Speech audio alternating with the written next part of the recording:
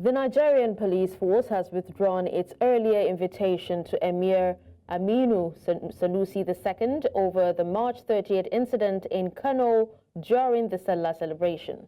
Now, initially, Sanusi was invited to provide his account of the events, but following advice from stakeholders, the Inspector General of Police directed the Force Intelligence Department to obtain his statement in Kano. This followed a prior agreement between the police and Kano Emirs to suspend separate Durbar festivals to prevent violence.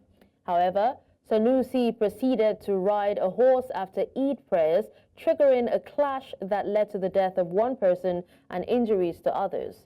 The police have made arrests and remain committed to a thorough investigation. To discuss more on this, we're joined by a legal practitioner and public affairs analyst, Tohwo Oseruvwoja. Thank you for joining us on the news, Tohwo. You're welcome and good evening. Now, good evening, Tohwo. Speak to us on the legal consequences of the police withdrawing their invitation to Emir Sanusi and, having the intelligence department handle his statement instead. Well, there is no legal consequences for the withdrawal, but there are also great consequences for the action of the police, because from all indication, like I said earlier, there's no legal consequences, but there are great consequences on the side of the police for taking the step they have taken earlier. Because if you look at it from all perspectives, we have the state command in Kano State. We have a zonal command in Kano State. The state command is headed by a commissioner of police, which is a senior officer of the Nigeria Police Force. Then if you look at the zonal command is headed by an assistant inspector general of police. And they have all the apparatus and everything it takes for them to have invite or investigate any alleged crime that might have committed that March 30th. So for the force headquarters to take over such role, that is why I said it has greater consequences on the police, because you will now see that an institution that is run by the dictate of individual, rather than the law that creates that institution, anarchy and confusion is inevitable. So, and also it also exposes and weakens their credibility or their impartial stand when it comes to issue of security, when it comes to issue of protection of life and property. So that is just it. That is the consequences, but legally there is no consequence. Okay, Tohwo. Now, since there was an agreement, between the police and also, the emirs in Kano to stop the Durbar Festival, is it possible that the emir could be legally responsible for causing public unrest after Eid prayers? Now, the question will not be, that is the side of the police. We've not heard from the side of the state governor. Neither have we heard from the side of the emir if such an agreement is in place. But you will recall that what we heard or what we read was the police giving directive that there should be no tomba or the Sallah festival taken in the horse ride and all those stuff. But if you look at it from our perspective, one, it is the duty of the police, it is the duty and responsibility of the police to protect life and property.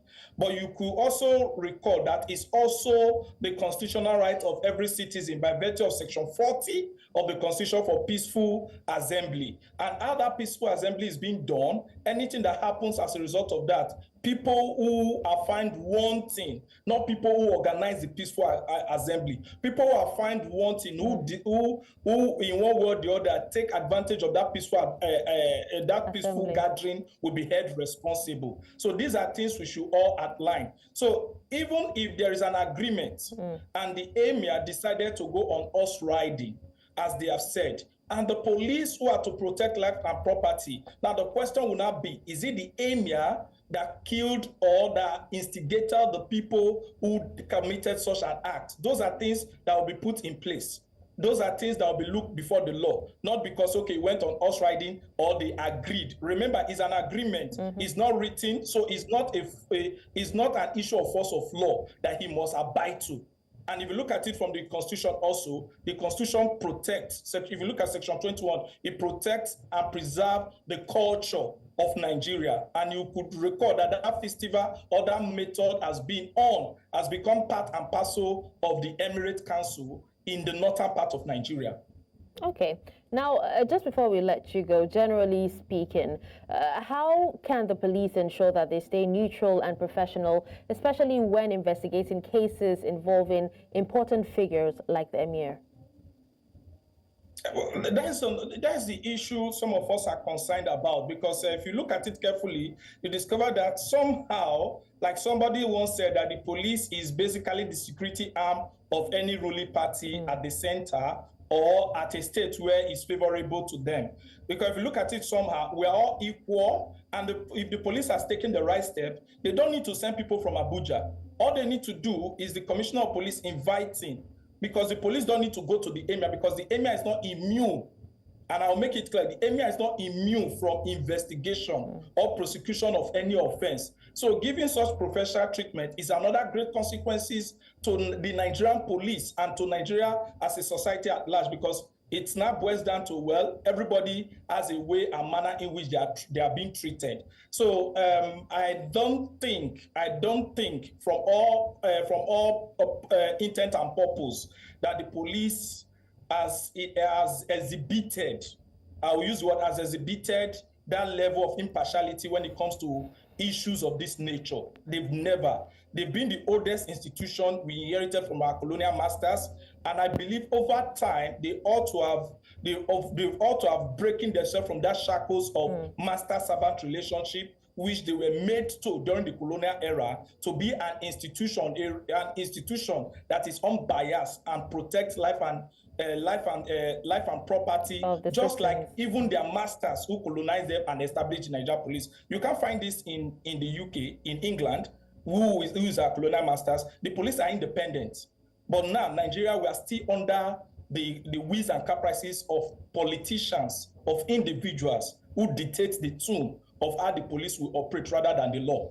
Okay. Well, thank you so much for your time and for speaking to us on this tour. You are welcome.